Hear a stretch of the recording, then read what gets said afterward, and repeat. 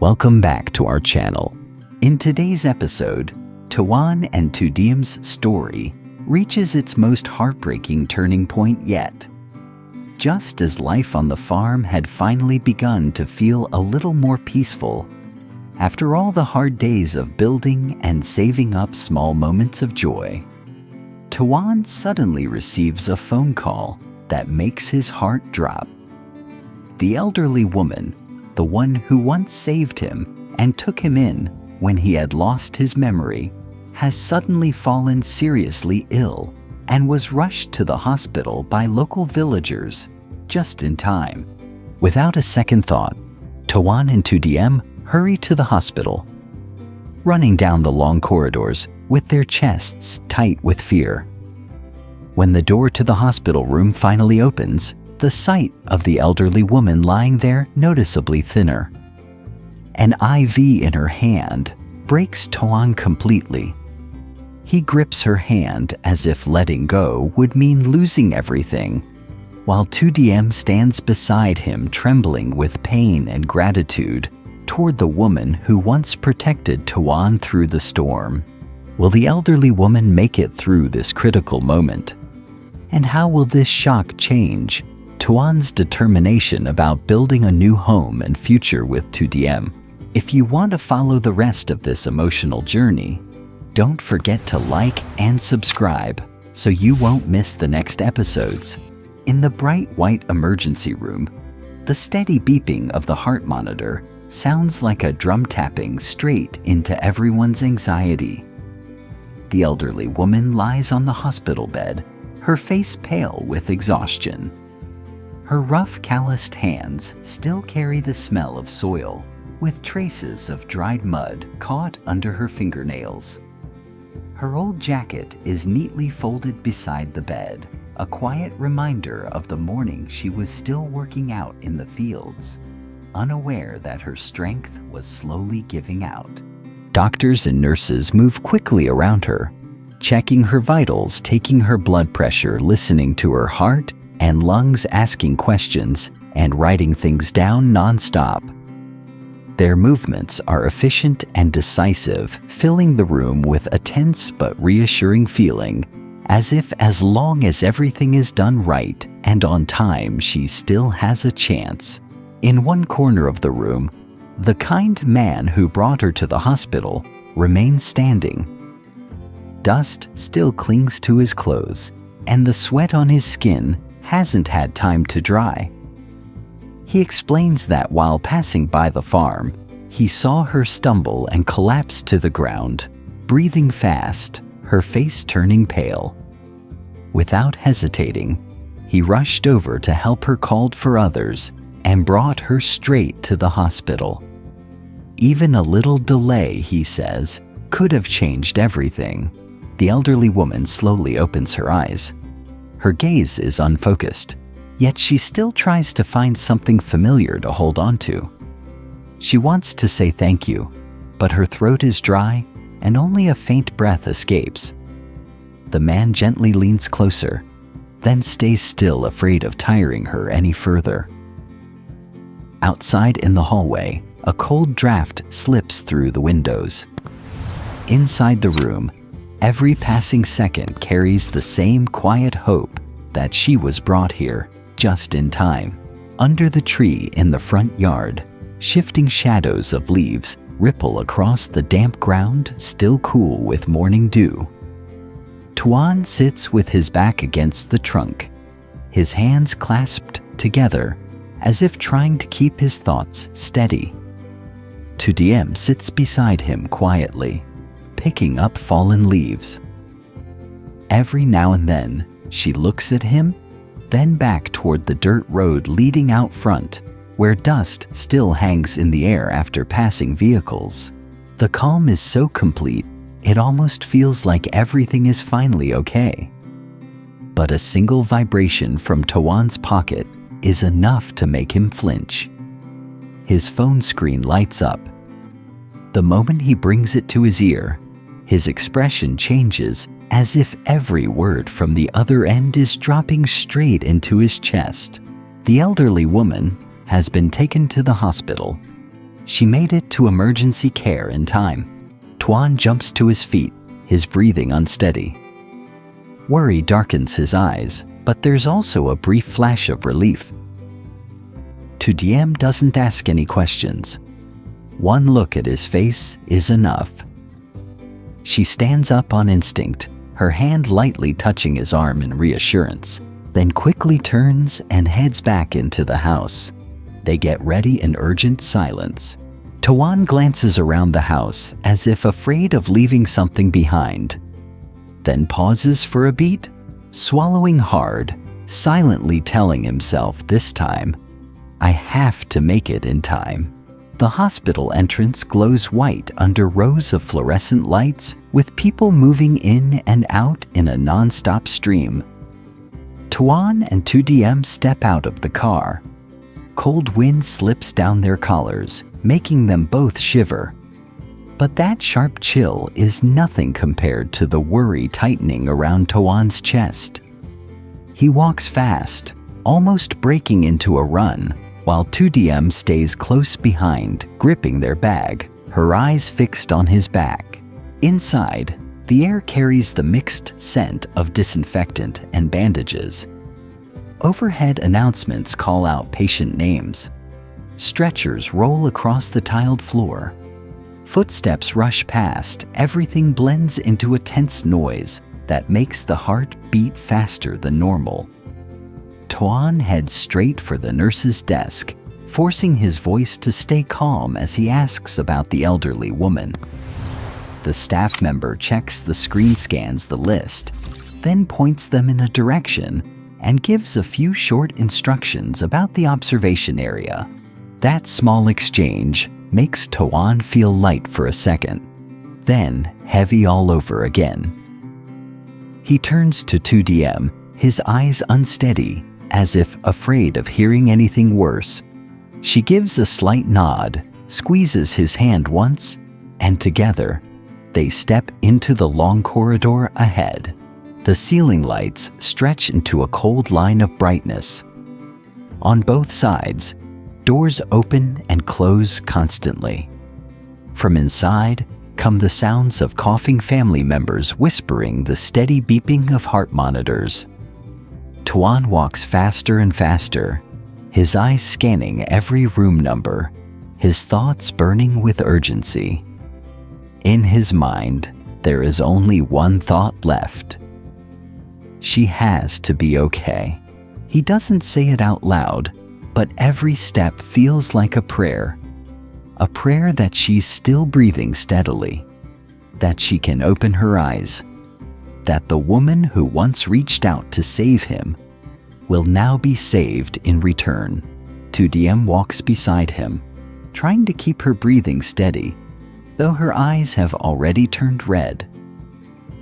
When they finally reach the room at the end of the hallway, Toan freezes for a moment, his hand gripping the doorframe, shaking uncontrollably. The hospital room door slowly opens, white light spilling into the hallway like a cold mist. Toan steps in first, much slower than when he ran down the corridor, as if even breathing too hard might break the fragile calm inside the room. Tudim follows behind, still gripping the bag, her eyes red, without her even realizing when it happened.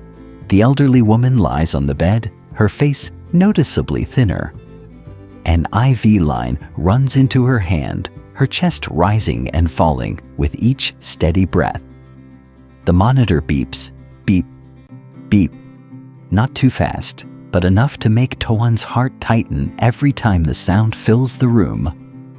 On the small table beside the bed are a water bottle, a few test results, and an old jacket folded neatly, as if someone tried to preserve a sense of order for her in this unfamiliar place. Toan stands frozen for a few seconds, then steps closer, barely daring to blink. When he sees that she's still there, still breathing, all the tension in his body seems to collapse at once. His shoulders tremble, and his breath breaks into a quiet, choked sound. Tudim sets the bag down and moves to the other side of the bed. She looks at the elderly woman for a long moment, then bends down and gently pulls the blanket up a little higher, just like she used to do back at the woman's old home. In that moment, all the noise from the hallway suddenly feels very far away. The elderly woman stirs her eyelids, fluttering slightly. Toan immediately leans in his hand, finding her wrinkled hand and holding it tightly as if letting go would mean losing her. She slowly opens her eyes, the look in them tired but still warm. And that look alone is enough to make Toan's throat tighten, tears falling onto the back of her hand, hot with fear and with gratitude deeper than words. Toan stays frozen beside the bed, his hand still wrapped tightly around the elderly woman's. Seconds stretch out heavy and unbearable. Her eyes remain closed. The steady rise and fall of her chest is the only sign that she's still here. And yet, it doesn't feel like enough. His breath starts to shake. At first it's quiet, just a small broken sound caught in his throat. He leans closer, searching her face for any sign, any movement. Nothing. Her eyelids don't flutter again. Her expression stays still, worn down by exhaustion and pain. That's when it hits him. Toan bows his head, his shoulders collapsing inward, as if something inside him has finally given way. A sob breaks free, raw and uncontrollable. He presses his forehead against the edge of the mattress, still holding her hand, his grip tightening like a child afraid of being left alone. "I'm here. I'm here," he whispers hoarsely, though he doesn't know if he's saying it to her or to himself. "Please, just wake up. Please." His tears fall freely now, soaking into the white sheets, his chest rising and falling in uneven bursts. The room feels too quiet, too clean, too indifferent to what's happening inside him. Just moments ago, knowing she was breathing had felt like relief. Now, seeing her so still, so unreachable, that relief crumbles into fear. Tudim steps closer. She's been standing there silently watching him fall apart, her own heart tightening with every sound he makes. Seeing Toan like this, strong, stubborn Toan, the man who always pushed through no matter how hard things got, hurts in a way she can't put into words. She reaches out and places a hand gently on his shoulder. "Toan," she says softly. He doesn't respond. His crying grows heavier, his body shaking as if all the strength he's been holding on to for so long is finally draining out of him. "I can't lose her," he chokes out between sobs. "I can't. Not her. She saved me. If it wasn't for her, I wouldn't even be here. I wouldn't have you. I wouldn't have anything." His voice breaks completely at the end of the sentence. He squeezes the elderly woman's hand again, desperate, as if trying to pour his warmth, his life into her fingers. Tudim kneels beside him. She doesn't rush. She doesn't try to pull him away. Instead, she moves close enough that their shoulders touch, grounding him without forcing him to look up. Her hand slides down his arm, finding his wrist, gently encouraging his grip to relax just a little enough so he doesn't hurt himself or her. "She's still here," Tudim says quietly, her voice steady even though her eyes are burning. "Look at her breathing. Look at the monitor. She hasn't left." Toan shakes his head, tears still streaming down his face. "But she won't wake up," he whispers. What if this is it? What if I was too late?" "You weren't," Tudim says firmly, a little more strength in her tone now. "You weren't late. She got here in time. The doctors said that. He lets out a shaky laugh that sounds more like a sob. They always say that, he murmurs. They always say, in time, until it isn't. Tudim takes a slow breath, then lifts her other hand to cup his face.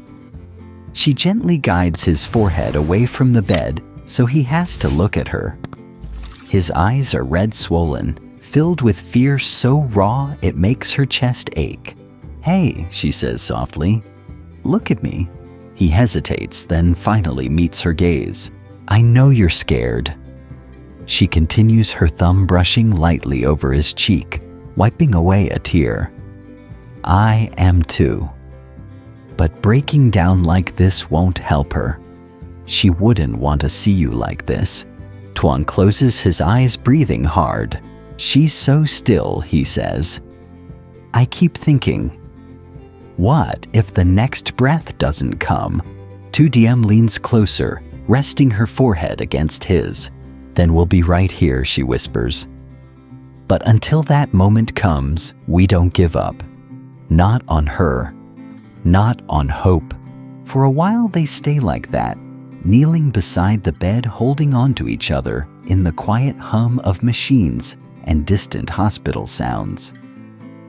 Toan's sobs slowly begin to fade, turning into uneven breaths, then into silence broken only by the occasional hitch in his chest.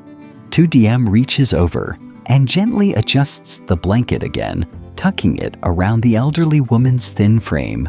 "She's strong," Tudim says, almost to herself. "Stronger than you think. She worked the fields every day at her age. She survived things we can't even imagine." Toan looks back at the woman on the bed. Her face is calm now, almost peaceful, as if she's simply sleeping after a long, exhausting day.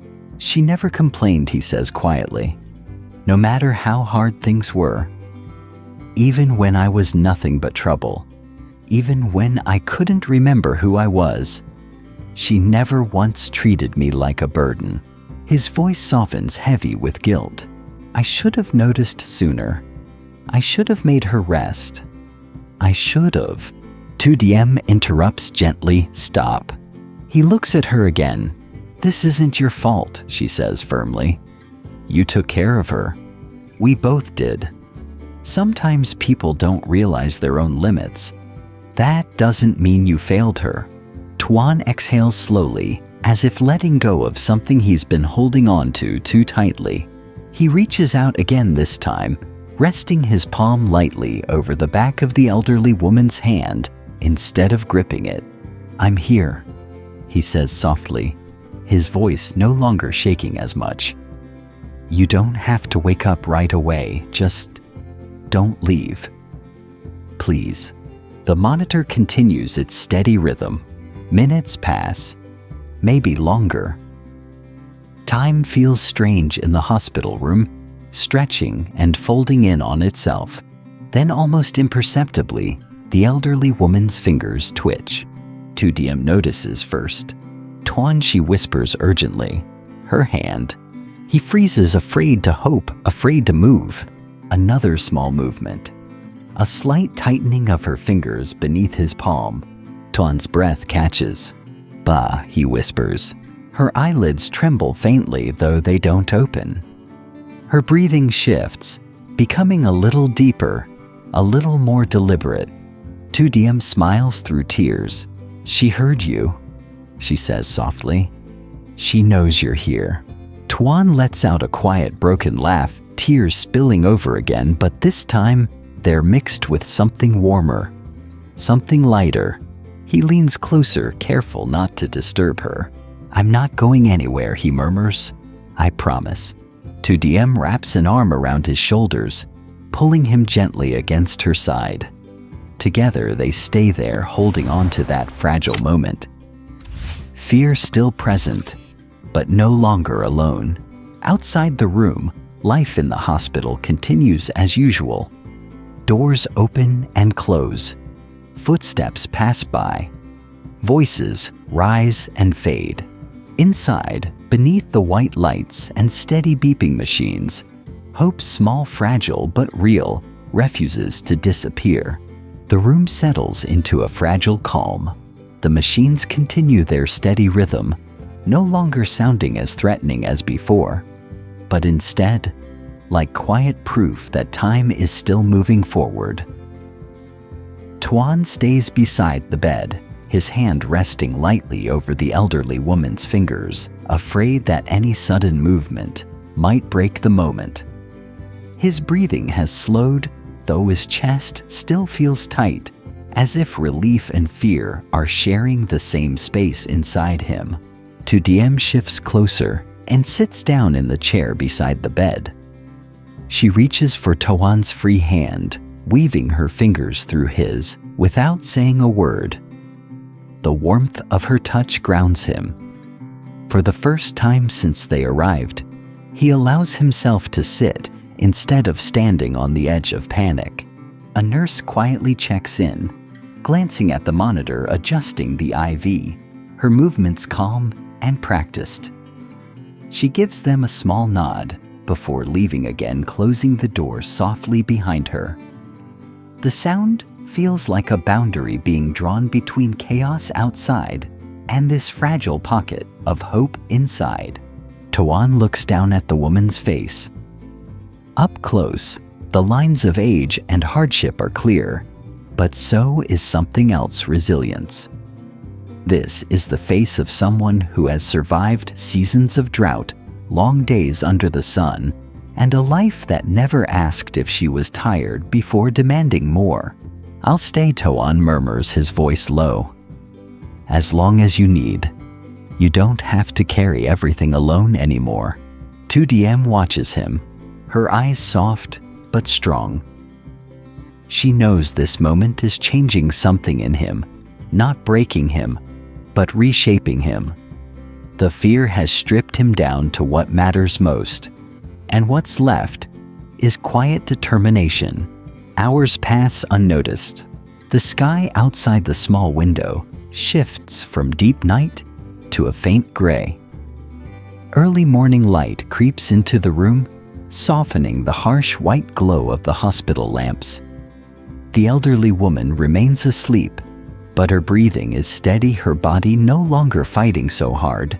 Toan hasn't let go once. At some point, exhaustion catches up with him. His head leans against the edge of the bed, eyes closing for just a moment. Tudim gently pulls her jacket off and drapes it over his shoulders. She stays awake, watching both of them, guarding the silence.